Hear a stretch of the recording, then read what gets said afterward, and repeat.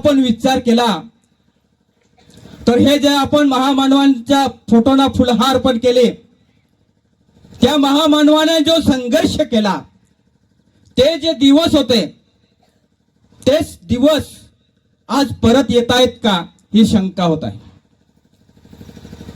या देशाला स्वातंत्र्य मिळून 76 वर्षांनंतर सुद्धा आपल्या आदिवासी समाजाची परिस्थिती ही एक बिकट होत जात आहे.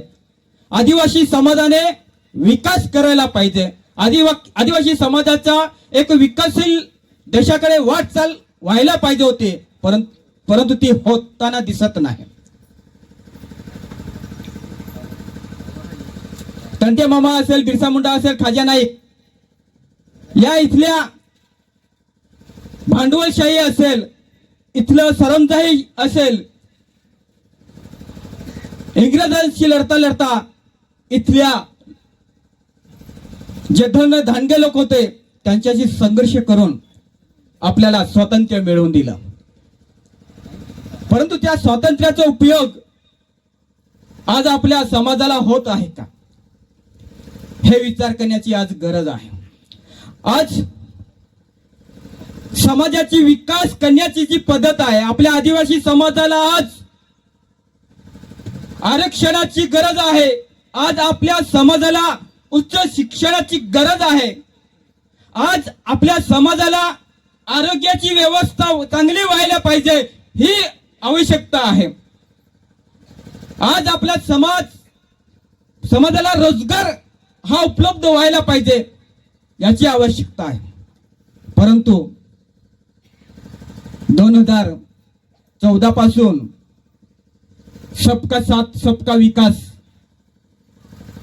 आजचे दिन किती असं सुंदर ब्रीदवाक्य की आजचे दिन सबका साथ सबका विकास, आणि आता काय म्हणे की अमृत काल चालू आहे. अरे पण अमृत काल चालू आहे, या अमृत काळामध्ये आदिवासी आपण कुठे आहोत? आज आपल्या आदिवासी समाजाची अवस्था काय आहे? शिक्षणापासून आपला आदिवासी समाज हा दुरावला जात आहे. आज आदिवासी समाजामध्ये सरकारी दवाखाने आहेत, ते दवाखाने ओझ पडत आहेत. त्या दवाखान्यामध्ये ना डॉक्टर मिळत, ना नर्स भेटत, ना औषध मिळत. आज आदिवासी समाजा गावांमध्ये रस्ते हे व्हायला पाहिजे होते, ते रस्ता अजून सुद्धा झालेले नाही. आज आदिवासी समाजाला चांगलं शिक्षण देण्याची गरज आहे, त्याकडे या आपल्या लोकप्रतिनिधीने लक्ष द्यायला पाहिजे. रोजगाराची व्यवस्था कशी होईल याकडे लक्ष द्यायला पाहिजे. परंतु तसं न करता आदिवासी समाजाला एका वेगळ्या वळणावर घेऊन जात आहे. आज आपल्याला माहित आहे, हा आदिवासी दिवस हा फक्त नाचण्या कुदण्यासाठी युनोने दिलेला नाही. हा दिवस मिळवण्यासाठी आपल्या असंख्य आदिवासीने आहुती दिलेली आहे, आणि ती आहुती दिन हा दिवस मिळवला आहे. आणि त्या दिवसाला आपण गांजा पिऊन, दारू पिऊन, बँड पार्टी आणून नाचत असाल तर या दिवसाला काही अर्थ नाही. आपण लग्नामध्ये नसतो, अरे आपल्या सुखादुखामध्ये आपण असतो, परंतु हा दिवस जो आहे, हा दिवस आपले जे पूर्वज होऊन गेले, त्या पूर्वजांनी आपल्यासाठी काय करून गेले, या देशामध्ये डॉक्टर बाबासाहेब आंबेडकरांनी जे आपल्याला संविधान दिलेलं आहे, त्या संविधानानुसार आपण चालतो आहोत का, ह्याची उजळणी करण्याची गरज आहे. आज काय चालू आहे? आपल्या समाजामध्ये तेढ निर्माण करण्याचं काम सुरू झालेलं आहे. डिलिस्टिंग, वनवासी, RSS, BJP हे जेव्हापासून सत्ताच्या हातामध्ये सत्ता आलेली आहे, तेव्हापासून आदिवासी शब्द हा नाकारताय. या देशाचे आपण मूळ मालक आहोत. सुप्रीम कोर्टाने सांगितलंय की आपण या देशाचे मूळ मालक आहोत. या देशाचे मालक असताना आपल्याला भिकारी बनवलं जात आहे. या देशाचे मालक असताना आपण गुलाम आपल्याला बनवलं जात आहे. आपण या देशाचे मालक म्हणून का जगत नाही, हा विचार करण्याची गरज आहे. काय मधल्याच काळामध्ये डिलिस्टिंगच्या नावाने बाहेरचे लोक आणून नंदुरबारला मोर्चा काढण्यात आला. आजपर्यंत आपण आदिवासी आहोत, हे जे संविधान आपल्याला दिलेलं आहे डॉक्टर बाबासाहेब आंबेडकरांनी, आणि या संविधानानुसार देश चालतो. या संविधानानुसार जो काही कारभार आहे तो सगळा चालतो.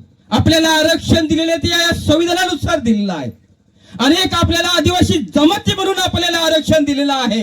परंतु इथल्या या उच्च जात वर्ग आहे, RSS आहे, BJP आहे, यांना आदिवासींचा विकास हा पाहत नाही. आज आपण या संविधानानुसार आणि आपल्या आदिवासी महामानवाने जे कामगिरी करून गेले त्याच्यानुसार आज आपला समाज हा प्रगती करत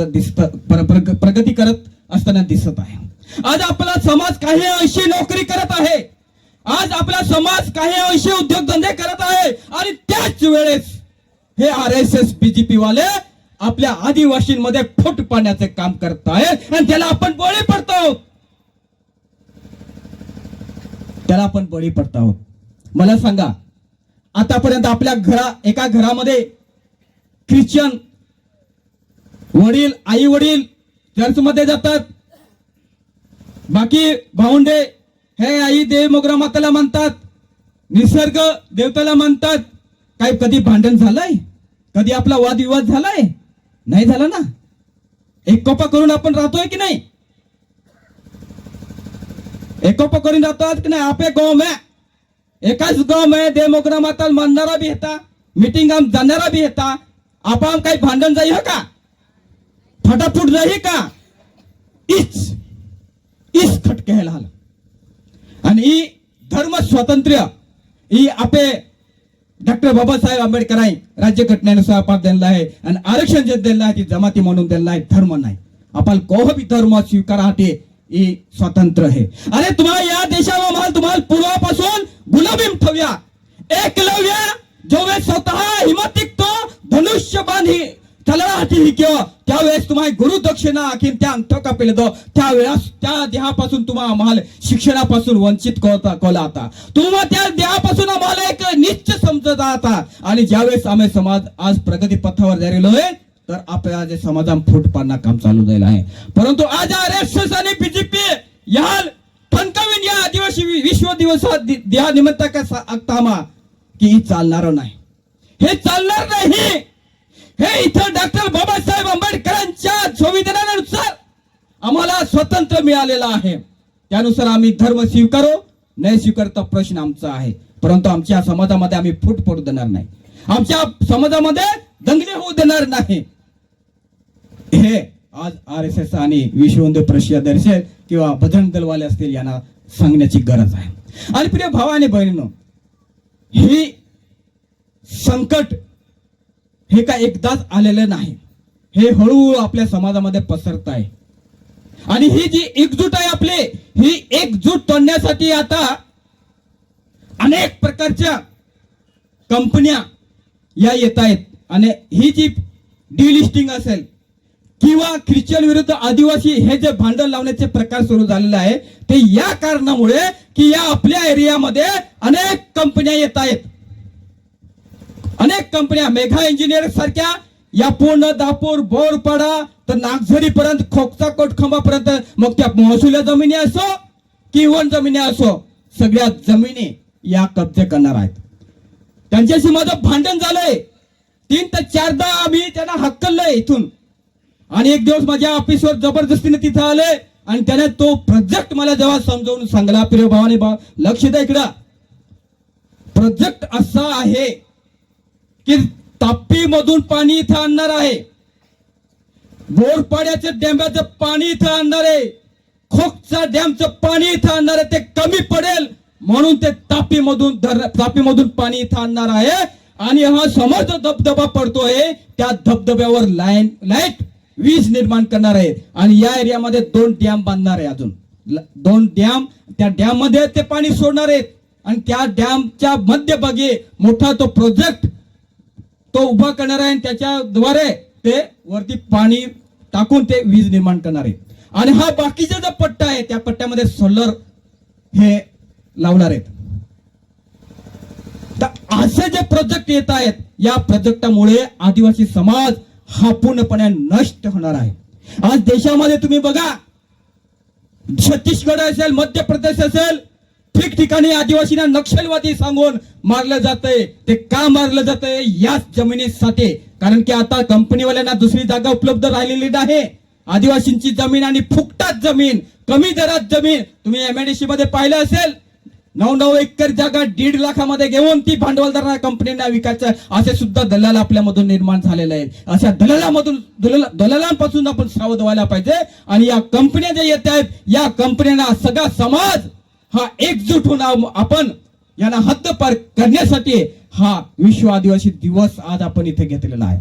तर प्रिय भावानी बहिणीनो, मी आता जास्त पुढे जात नाही, पण एवढंच सांगतोय की आज आपला समाज हा कुठे, हा विचार करण्याची गरज आहे. आपली तरुण पिढी ही कुठे आहे, हे विचार करण्याची गरज आहे. तरुण पिढी गांजा दारूच्या नशेत आज कुठेतरी नाचत असतील. पूर्ण तरुण पिढी ही बर्बाद होत आहे. आणि ही स्वतःहून आपली तरुण पिढी बर्बाद होत नाही, हे RSS असेल, हे सत्ताधारी हे करायला लावतायत. आणि आपली पिढी, आपले आदिवासी समाज हा पुढे शिकू नये, नोकरी करू नये, याची ती व्यवस्था आहे. आणि त्या व्यवस्थेला आपले पोरे हे बळी पडतायत. याच्यापासून आपण सावध व्हायला पाहिजे आणि जागृत होऊन आपला समाज हा कसा पुढे जाईल यासाठी आपण सगळ्यांनी प्रयत्न करायचा आहे. एवढेच बोलतो आणि माझं लांबलेलं प्रास्ताविक समाप्त करतो. आणि माझ्याकडून काही चुकीचं